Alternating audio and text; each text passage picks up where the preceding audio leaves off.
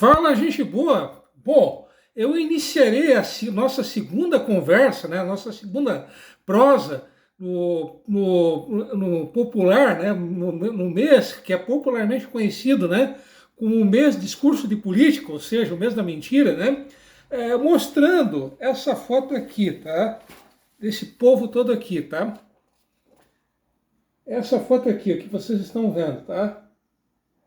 Bom, antes que vocês me perguntem, afinal de contas, né, surge a pergunta, mas por que esse povo todo está tão feliz, né, esse povo todo que aparece nessa foto? Teriam eles, né, encontrado na rua uma mala recheada de dinheiro, né, recheada de dólares e euros, teriam todos eles conseguido o telefone da Vera Fischer, teriam eles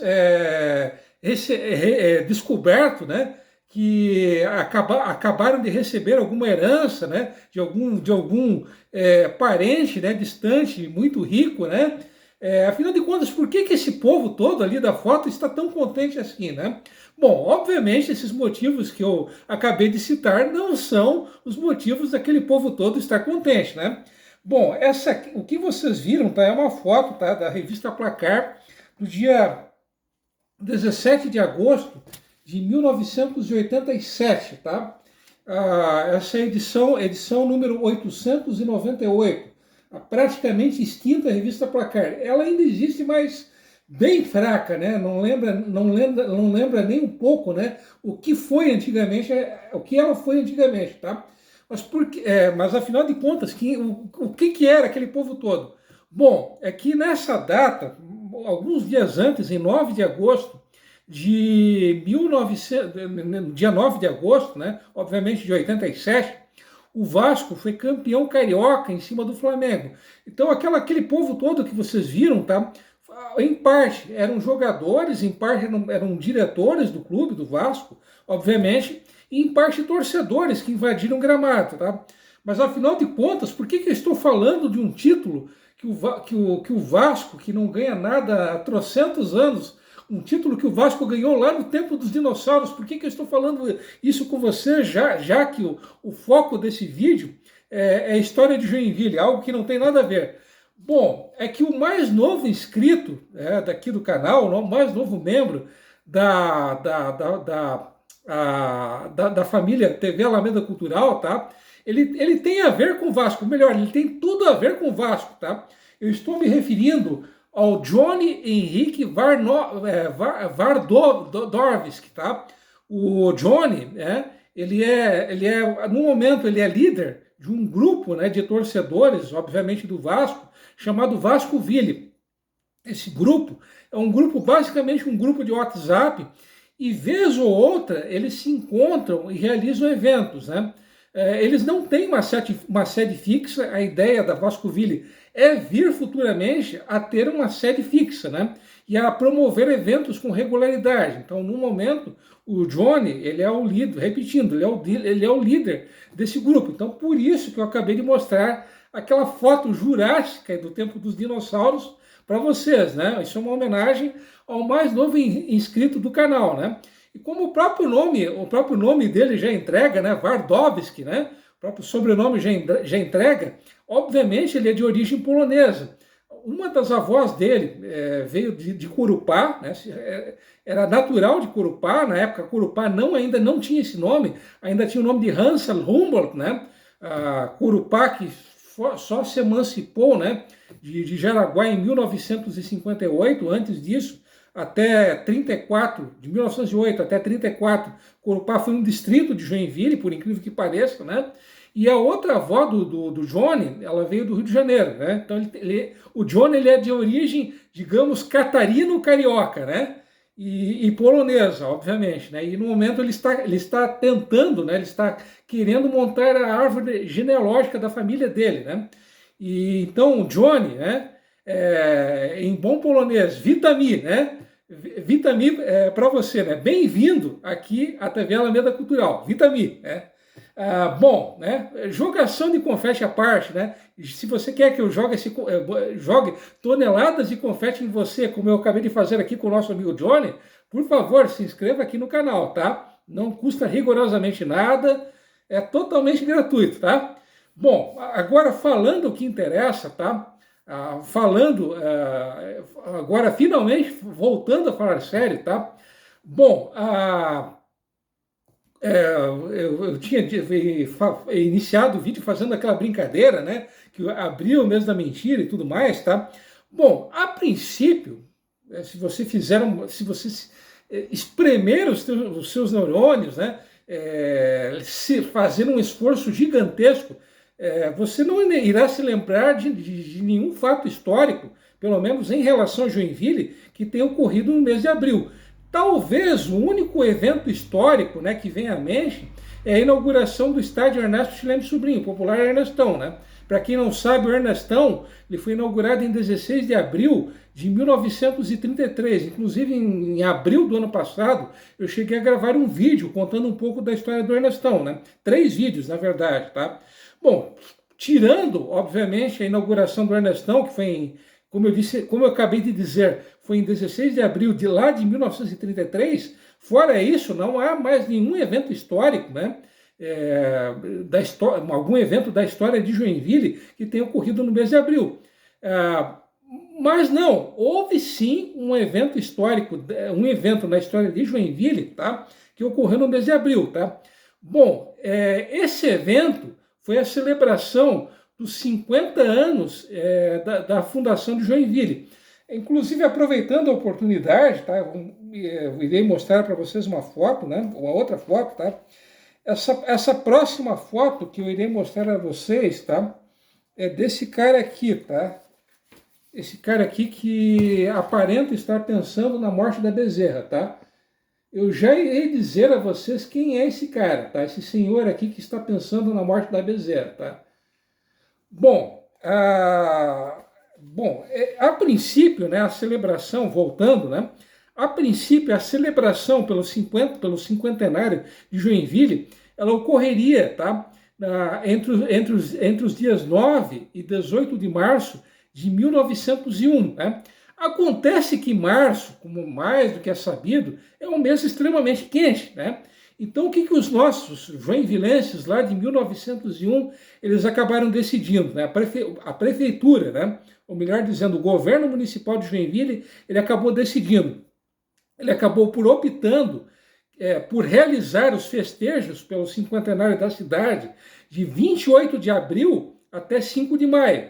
Então, o que a princípio seria em março, acabou sendo adiado para a virada de abril para maio, né? Então, esse é o outro grande evento histórico, além da inauguração do Ernestão, ocorrido em Joinville. Repetindo, a celebração pelos 50 anos da fundação da cidade, tá? Bom, esse cara aqui, né, que está pensando na morte da Bezerra, tá? Nada mais é do que o Gustav Adolf Hitler, né? Antes que vocês me perguntem, esse cara aqui, esse senhor, tá? Ele foi prefeito de Joinville de 7 de janeiro de 1899 até 7 de janeiro de 1893, tá? Bom, ele foi em 13 de novembro de 1898, tá? Ocorreu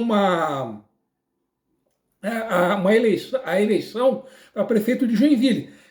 Antes dessa eleição de 1898, já havia ocorrido 2 eleições para prefeito. A primeira foi em 1891 e a segunda foi em abril de 1895, tá? Aí outro evento histórico, outro grande evento da história de Joinville, eleição para prefeito em abril de 1895. Mas voltando, tá? O nosso amigo Gustavo, o cara que está pensando na morte da Bezerra, tá? Ele foi eleito em 13 de novembro de 1898, recebendo 711 votos, tá? Contra 619 votos que o concorrente dele recebeu. O concorrente dele foi nada mais, nada menos do que o Abdon Batista, né? Que dispensa maiores apresentações, que foi governador interino, né, de Santa Catarina, foi vice-governador, foi prefeito de Joinville 2 vezes, né? foi senador, ele foi médico, foi empresário, foi comerciante, foi filantropo, enfim, né? O Abdon Batista é aquela típica figura histórica que dispensa maiores apresentações, tá? Então, o Abdon Batista, ele acabou ficando na saudade, acabou sendo derrotado pelo nosso amigo Gustavo, popular Tatá, né? Bom, o nosso amigo Tatá, o Gustav Hilling, né, popular Tatá, tá? Ele acabou tomando posse em 7 de janeiro de 1899. O curioso é que nessa eleição, que acabou sendo vencida pelo nosso amigo Tatá, tá? Ela foi bastante acirrada, né? E infelizmente a coisa acabou descambando para o lado da xenofobia. Por quê? Bom, o Gustav Hilling, né, por um motivo mais do que óbvio, ele representava os alemães, né? Ele foi candidato pelo Partido Republicano Catarinense. E o Abdon Batista, ele representava, entre aspas, os caboclos da cidade. E concorreu pelo Partido Federalista, né? E o Joinvilense Zeitung, né, que como o próprio nome já indicava, é um jornal em alemão, ele defendia os, entre aspas, caboclos, né? Defendia o Abdon. E o Colonie Zeitung, ele defendia os alemães. Consequentemente, ele tomou partido do nosso amigo Tatá, né? O curioso é que, embora essa eleição de 1898 tenha descambado para o lado do racismo, da xenofobia, enfim, de coisas nada agradáveis, né? De coisas detestáveis, né? O curioso é que o presidente da sessão em que o nosso amigo Tatá acabou tomando posse como prefeito, né, em 7 de janeiro de 1899, essa sessão, ela acabou sendo presidida pelo Pedro Lobo, que hoje é nome de rua, né, um, entre aspas, caboclo. E nessa sessão de 7 de janeiro de 1899, tá, João Gregório Pereira, que era, entre aspas, caboclo, né, ele acabou sendo eleito presidente da Câmara de Vereadores, né, e um dos 9 vereadores que acabaram tomando posse, junto com o nosso amigo Tatá, era também um, entre aspas, caboclo, que era o Francisco José Ribeiro, né, e que inclusive já havia sido presidente da Câmara de Vereadores entre 1881 e 1883, né. Mas voltando, então embora tenha havido essa disputa acirrada, então tinha vários, entre aspas, caboclos, né, protagonizando esse momento, né, o momento da posse do nosso amigo Tatá, né.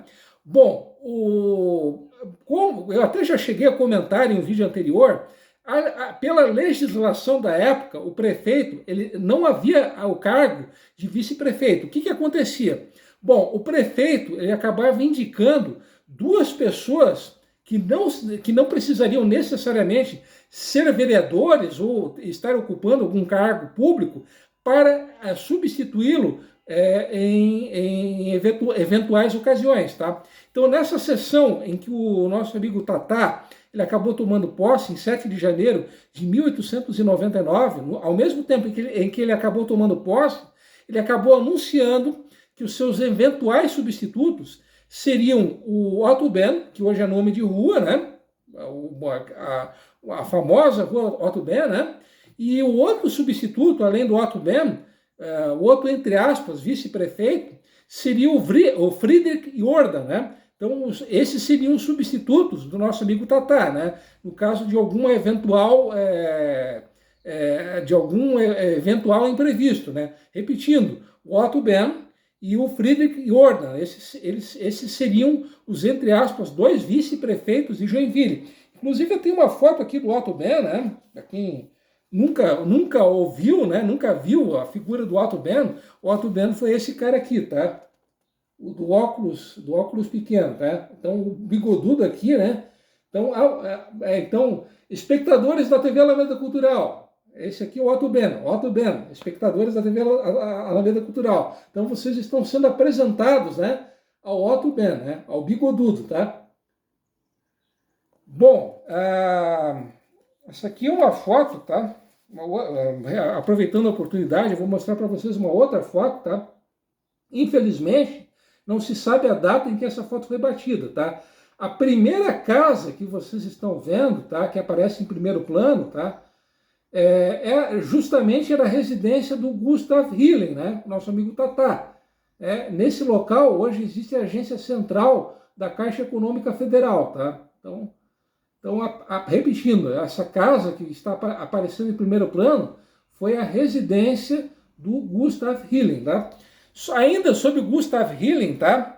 Ele foi cônsul da Suíça, né, algo que eu já estava me esquecendo.